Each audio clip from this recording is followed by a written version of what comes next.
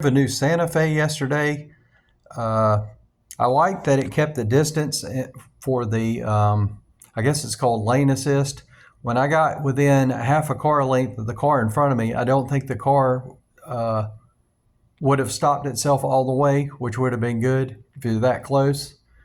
I didn't like the lane assist or stay in the lane. The steering wheel was jerking back and forth a little bit. I don't think that's good for gas mileage or wear on the tires or the suspension. I had to keep turning that off because if I used the cruise control, for some reason it turned back on. I want to say twice I had to keep turning it off. Every time I turned the cruise control on, it would try to force itself on twice. And then my driver said that if you take your hand off the wheel after a mile, which I think a mile is a long time, it would tell you to put your hands back on the wheel to try to keep fighting it. It was easier to hold it with one hand than it was with two. That's something that needs to be have a permanent disable option. Same thing for the stop engine. You could do a software update since that's free. Do a long hold on the cutoff so it permanently won't shut off.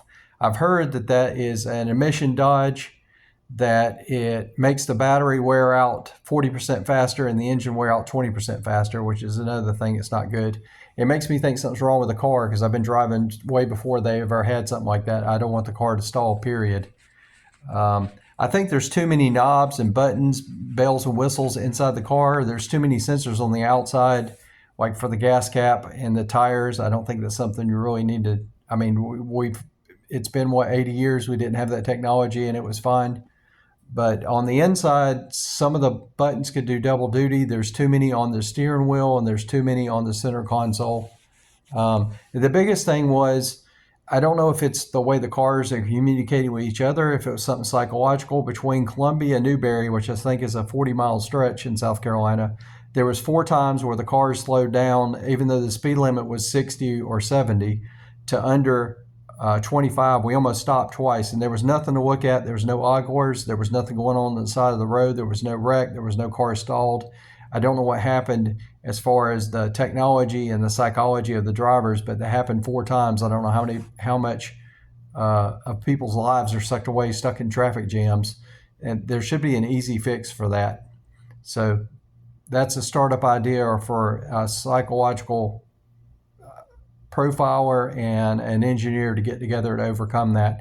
But the other thing problem we had with the GPS, when it comes on the center, sometimes the green line moves. It doesn't tell you, it doesn't blink as far as the distance goes where you need to turn.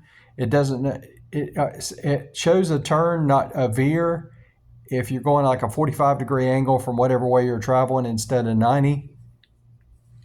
So we had to do a lot of U-turns. That's a problem that should have an easy fix. And if we turned the radio off, it came on a blue screen, and on most of the screen it was these wavy blue lines, which it would be better if that just stayed black. There was nothing actually moving there. And on the other side, it showed the green line where we were going, and it had another broken line going off on the side, which there was never a road there. That needs to be done away with.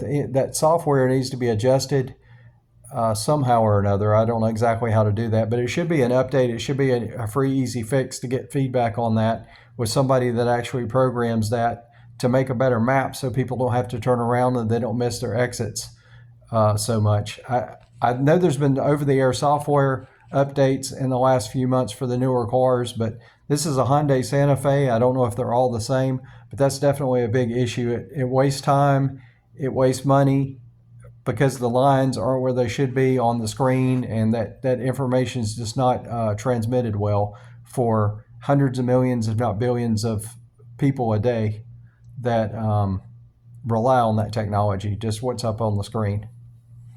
But thank you. Please like, share, subscribe. Share this with other manufacturers if you've had a similar issue.